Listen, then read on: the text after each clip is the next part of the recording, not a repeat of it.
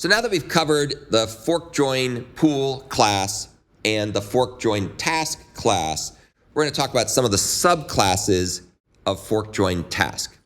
And you'll see there are 3 of them: RecursiveTask, RecursiveAction, and CountedCompleter.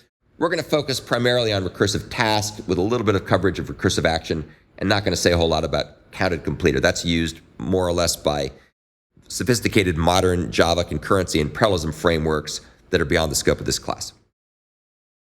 So programs that you and I would write don't typically implement ForkJoinTask.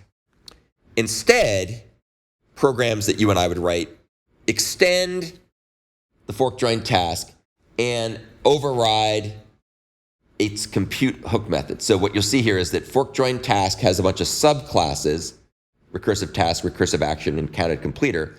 And those are the things we as mere mortals typically extend in order to override the compute hook method. And that's the way in which most people get their code to run in the ForkJoin framework. Let's talk briefly about what each of these subclasses do. So RecursiveAction is a ForkJoinTask whose compute method does not return a result.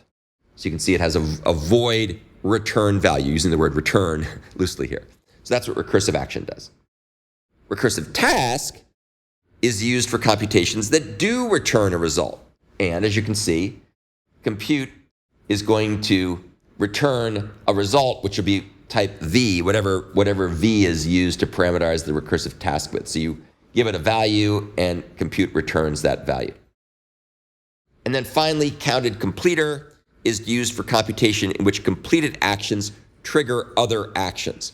And again, that's a bit esoteric for our purposes, but just for completeness, that is the mechanism that's used by things like Java completable futures, where when something finishes, it triggers other stuff. Very, very cool, beyond the scope of this class. Now, interesting little tidbit of obscure trivia. These classes are not functional interfaces.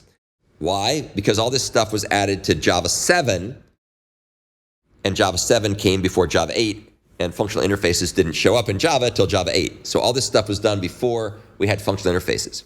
And therefore, as a consequence, these classes need to deliberately and literally be subclassed or extended rather than using lambda expressions in order to implement their compute hook method.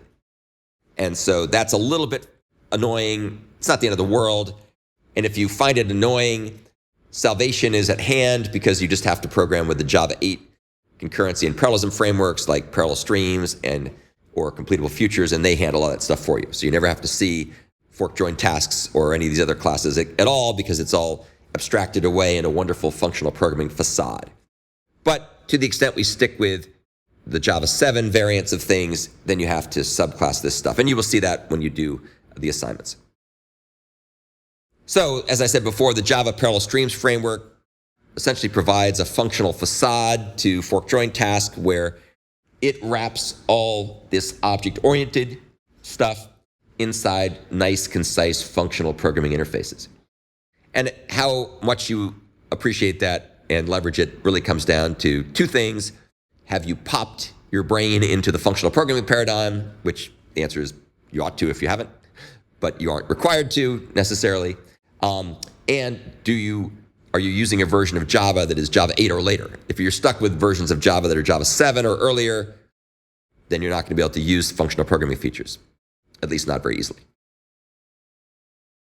We will cover the functional programming stuff in great earnest in the functional programming class in the fall.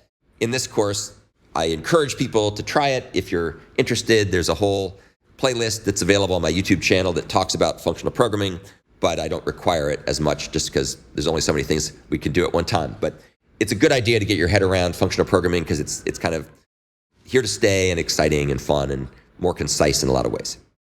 Okay, so that's the end of this lesson.